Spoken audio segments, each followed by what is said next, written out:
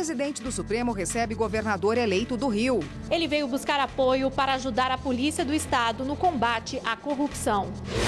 Supremo Tribunal Federal nega pedido do senador Assir Gurgaks e mantém execução da pena de 4 anos e meio no regime semiaberto. Ministros do TSE também aprovaram o relatório da totalização da votação presidencial em 4 estados no primeiro turno. O meu voto é no sentido da aprovação do relatório parcial do resultado da totalização da eleição presidencial de 2018 daquele grupo. Campanha do Ministério Público quer divulgar direitos pouco conhecidos das vítimas de abuso sexual. A ideia é desenvolver nas ruas e nas redes sociais ações sobre as medidas que os profissionais da saúde devem tomar ao receberem quem é vítima desse tipo de violência.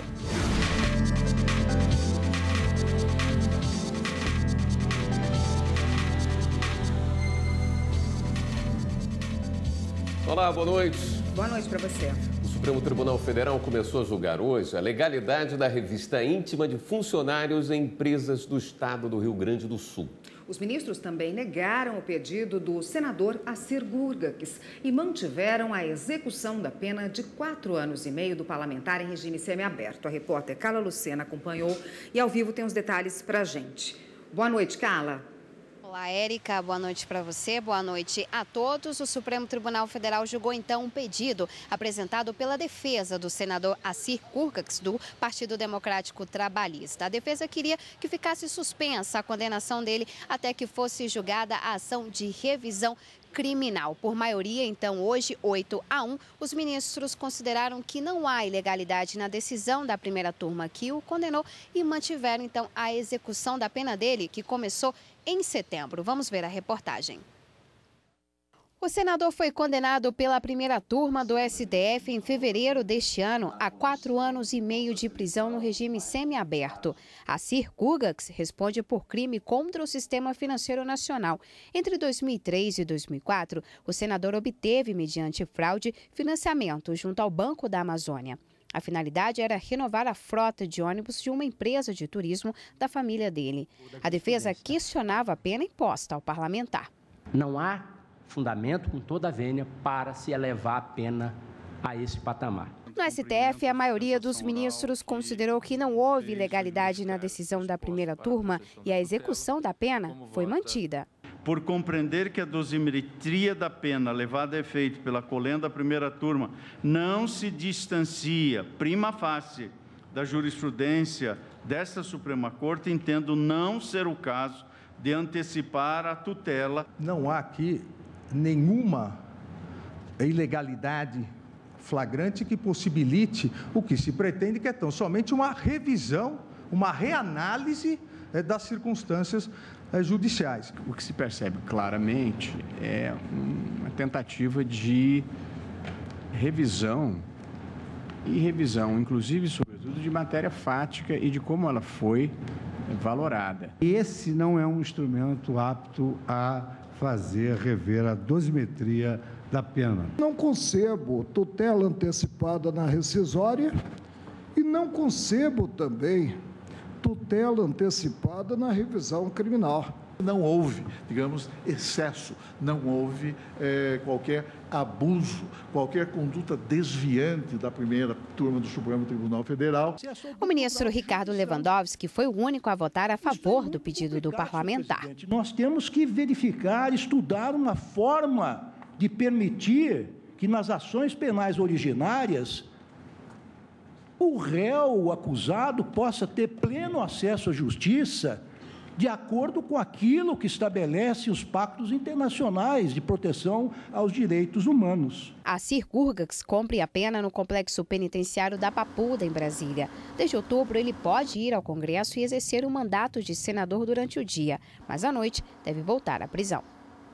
A consultora da TV Justiça, Karina Zucolotto, está aqui para falar sobre essa sessão de hoje. Boa noite, Karina. Boa noite, William. Boa noite, Karina. Estava prevista para ontem, né? Mas acabou passando para hoje a questão da revista íntima, né? Exatamente, Érica.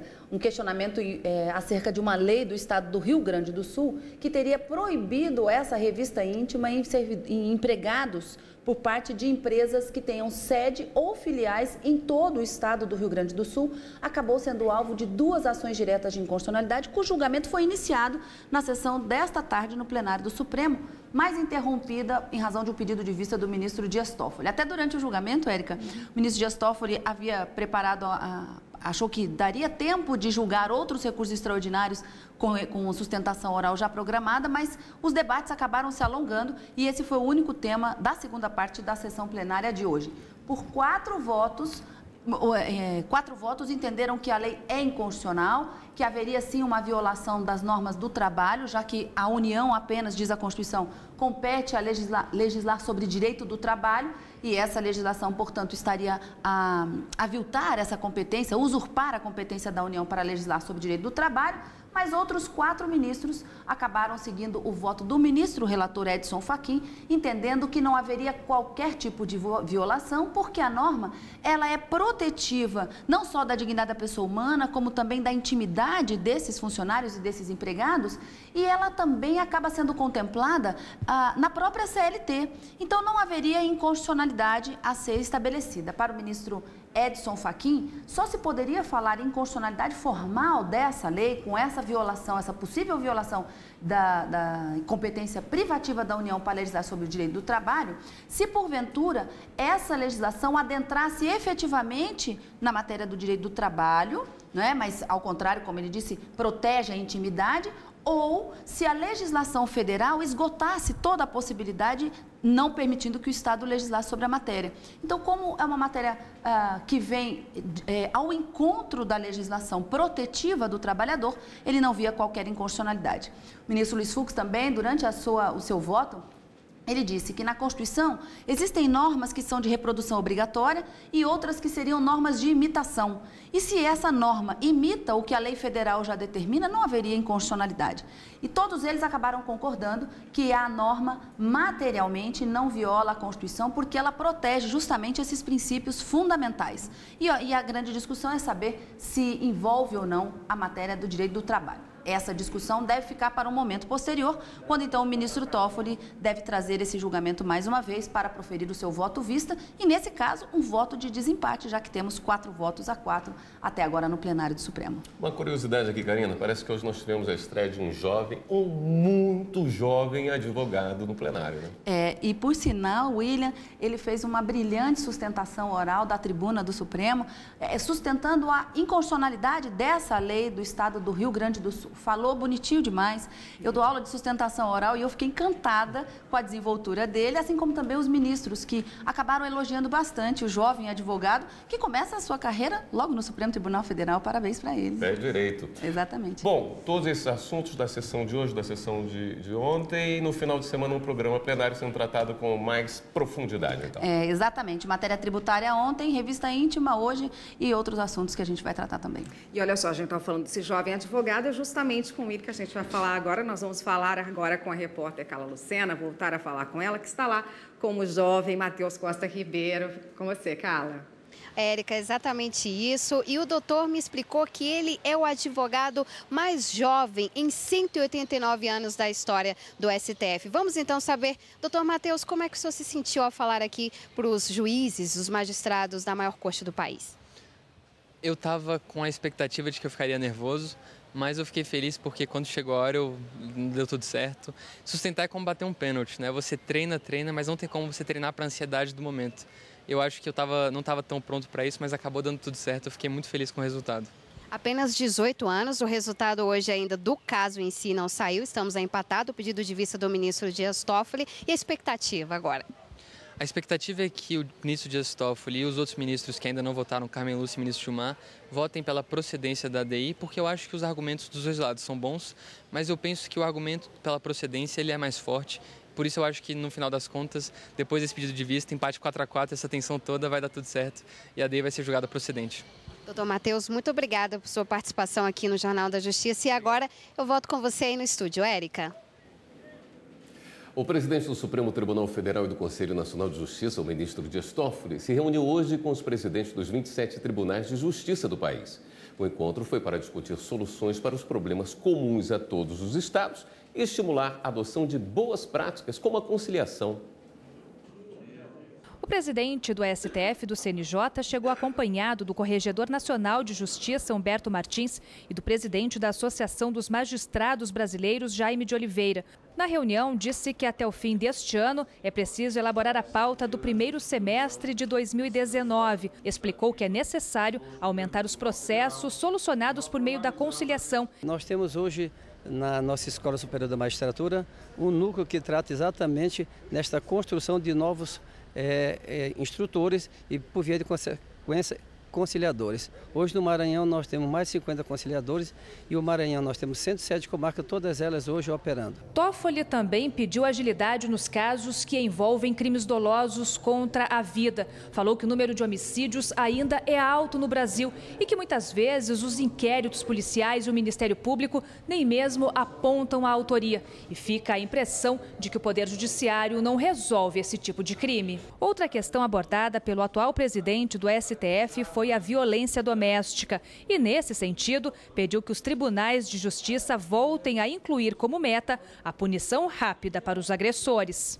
Também falamos de duas metas importantes para serem estabelecidas no Encontro Nacional da Magistratura, que se dará no início de dezembro, que são a meta de combate à violência doméstica, no sentido de aprimorar e dar prioridade aos casos, principalmente em razão do número de feminicídio que está aumentando muito.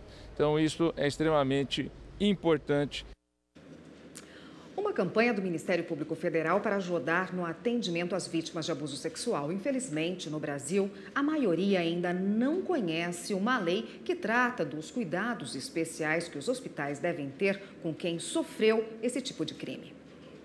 Para divulgar os direitos das vítimas de abuso sexual, o Ministério Público Federal lançou nesta semana a campanha Lei do Minuto Seguinte. A ideia é desenvolver nas ruas e nas redes sociais ações sobre as medidas que os profissionais da saúde devem tomar ao receberem quem é vítima desse tipo de violência. A Lei 12.845 é de 2013 e diz que os hospitais devem oferecer às vítimas de violência sexual atendimento emergencial, integral e multidisciplinar, visando o tratamento dos agravos físicos e psíquicos decorrentes de violência sexual e encaminhamento aos serviços de assistência social. Ainda segundo a lei, cabe aos hospitais prestarem atendimento humanizado e imediato para quem procura atendimento, independentemente da apresentação de boletim de ocorrência ou de outros documentos que comprovem o crime. Dados do Instituto de Pesquisa Econômica Aplicada, o IPEA, mostram que em 2016, 49 mil casos de estupro foram registrados no Brasil. Porém, esse número deve ser maior, já que muitas vítimas ainda têm medo de denunciar. Igor King, de 19 anos, e Davi William da Silva, de 18 anos, se apresentaram à Polícia Civil de São José dos Pinhais, na região metropolitana de Curitiba. Os dois são suspeitos de participar do espancamento e da morte do jogador Daniel Correia Freitas. Os mandatos de prisão temporária foram expedidos pela 11ª Vara Criminal da cidade. Outro suspeito, Eduardo Henrique da Silva, de 19 anos, foi preso ontem. Segundo a polícia, os três teriam ajudado o empresário Edson Brites Júnior da agressão a Daniel na festa que aconteceu na casa da família Brites no dia 27 de outubro e na morte do jogador. E daqui a pouco, segurança pública é tema do encontro entre presidente do Supremo e governador eleito do Rio. O ministro Toffoli pode destacar alguma jurisprudência de importante para a nossa polícia acompanhar.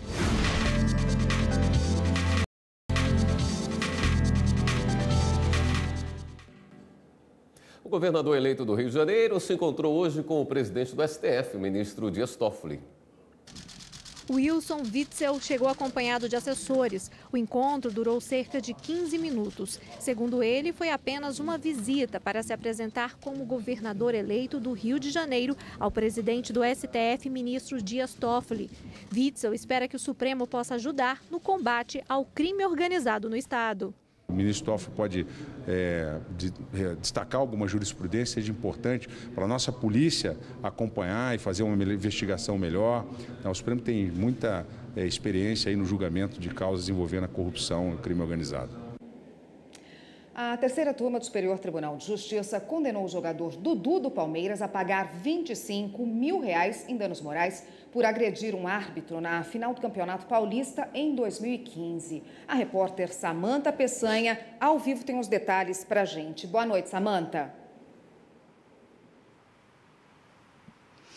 Boa noite, Érica. Boa noite a todos. O jogador Eduardo Pereira Rodrigues, mais conhecido como Dudu, agrediu verbal e fisicamente o árbitro Guilherme Sereta de Lima durante a partida entre Santos e Palmeiras. O atleta se desentendeu com o jogador adversário e o árbitro expulsou os dois. Dudu, então, atingiu o juiz pelas costas com o antebraço e o xingou. O árbitro entrou na justiça com o pedido de danos morais por as ofensas terem sido veiculadas por emissoras de todo mundo e postadas na internet. Em segunda instância, o Tribunal de Justiça de São Paulo negou o pedido. No STJ, o relator do recurso, ministro Vilas Boas Cueva, afirmou que é competência do Judiciário e não da Justiça Desportiva julgar a ofensa à honra e à imagem do árbitro. O ministro destacou ainda que a conduta do jogador foi desproporcional e ultrapassou os limites do aceitável em uma partida de futebol. O jogador Dudu vai ter que pagar R$25 mil em danos morais. Volto com vocês aí no estúdio. Obrigada, Samanta. O seguro-desemprego é pago ao trabalhador que perdeu o emprego sem justa causa. São no máximo 5 parcelas ou até que a pessoa consiga um novo trabalho. Receber as parcelas após já estar empregado é irregular. O Tribunal Regional Federal da Primeira Região, em Brasília, condenou um homem que recebeu o benefício mesmo trabalhando. A quarta turma do TRF1 entendeu que o réu obteve vantagem indevida ao sacar o seguro-desemprego, uma vez que ele mantinha outro emprego como freelancer. Ele foi condenado a 1 ano e 4 meses de reclusão pelo crime de estelionato. Para o colegiado, o homem mantinha um acordo com o empregador e não permitia que ele assinasse a carteira de trabalho, justamente para que ele continuasse recebendo o benefício. Em sua defesa, o acusado alegou não saber que tal prática era criminosa e que o dinheiro retirado por ele dos cofres públicos federais era insignificante.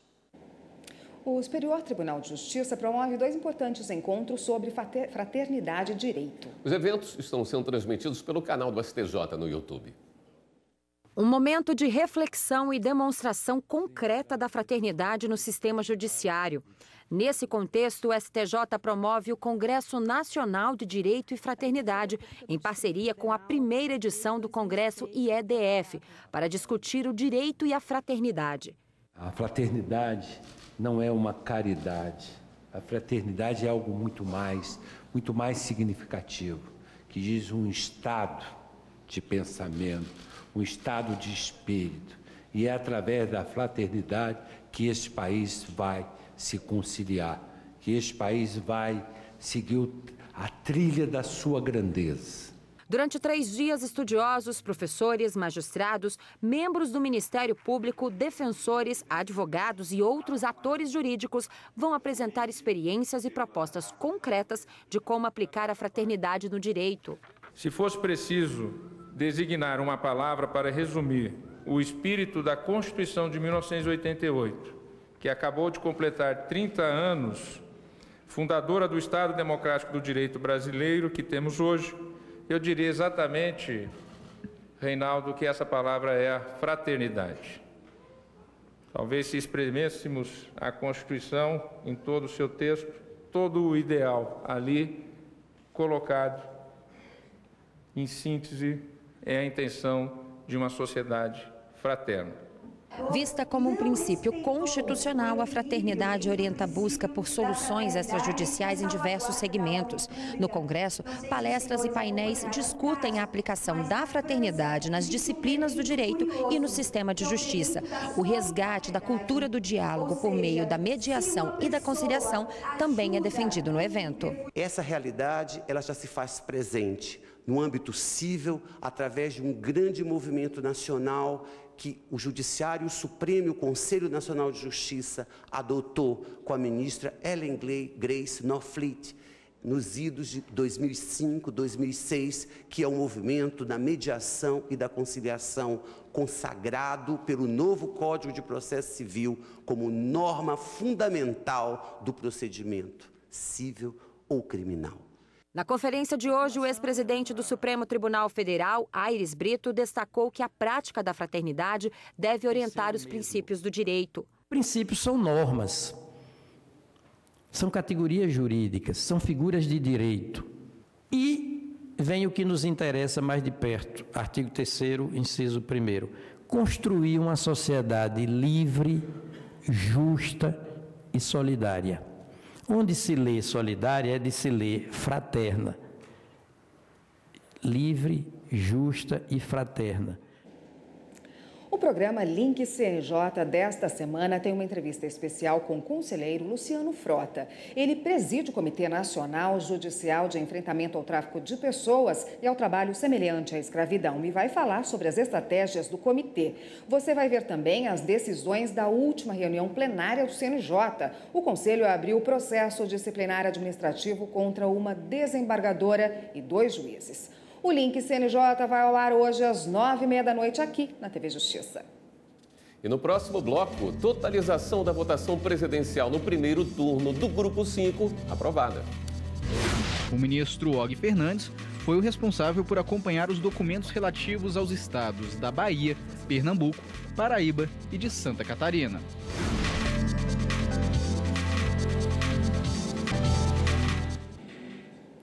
Os ministros do TSE aprovaram o relatório da totalização da votação presidencial no primeiro turno dos estados da Bahia, Pernambuco, Paraíba e Santa Catarina. Na sessão de hoje ainda teve julgamento de registro de candidatura.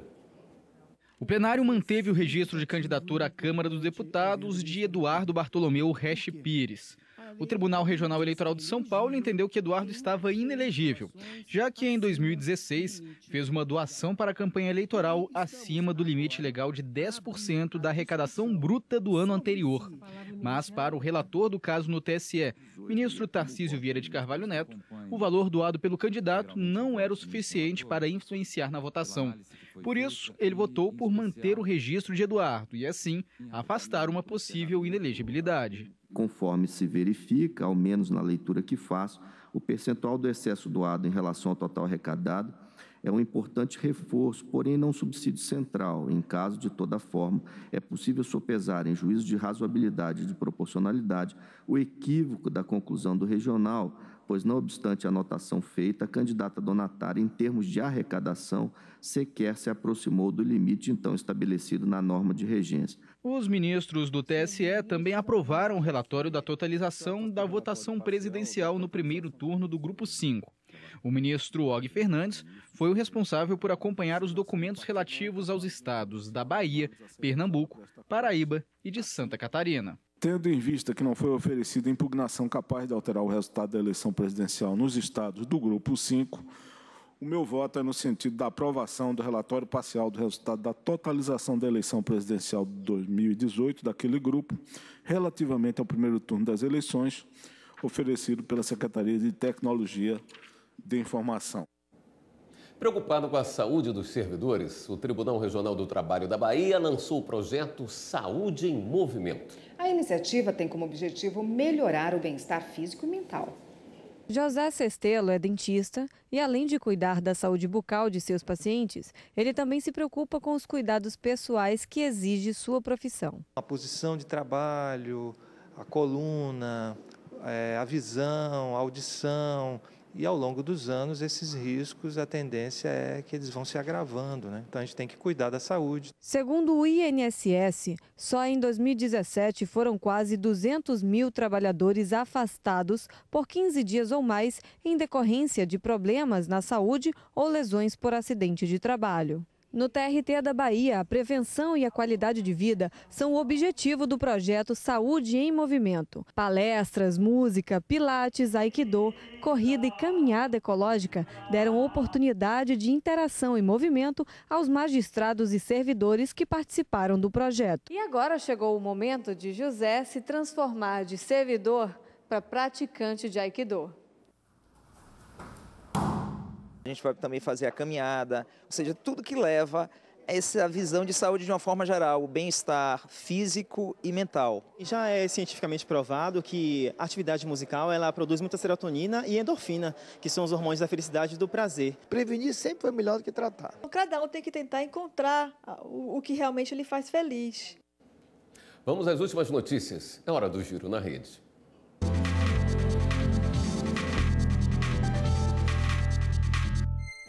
Quem está lá na redação do Jornal da Justiça hoje é a repórter Viviane Novas. Boa noite, Viviane. Conta pra gente quais são as últimas.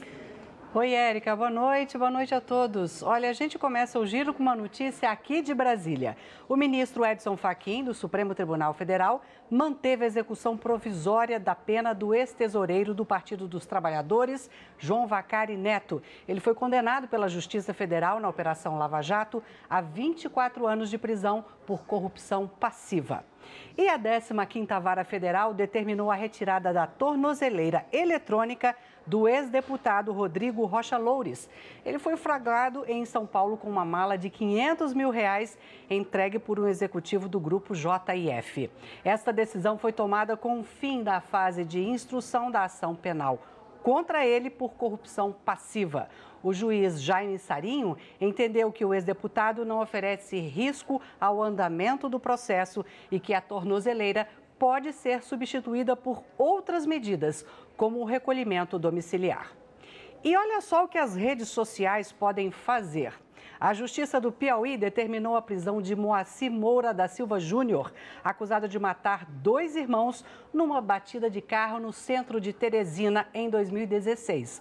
O motivo é que um amigo de Moacir postou uma foto dele numa rede social indicando que o acusado sairia do estado. Moacir estava proibido de sair da comarca de Teresina por medida cautelar. Ele respondia o processo em liberdade. O giro fica por aqui. Todas as notícias do Jornal da Justiça estão no YouTube. Basta digitar TV Justiça Oficial. Voltamos agora ao estúdio. Obrigado, Viviane. E o Jornal da Justiça, segunda edição de hoje, fica por aqui também. Boa noite para você. Boa noite, a gente se vê novamente amanhã. Até lá.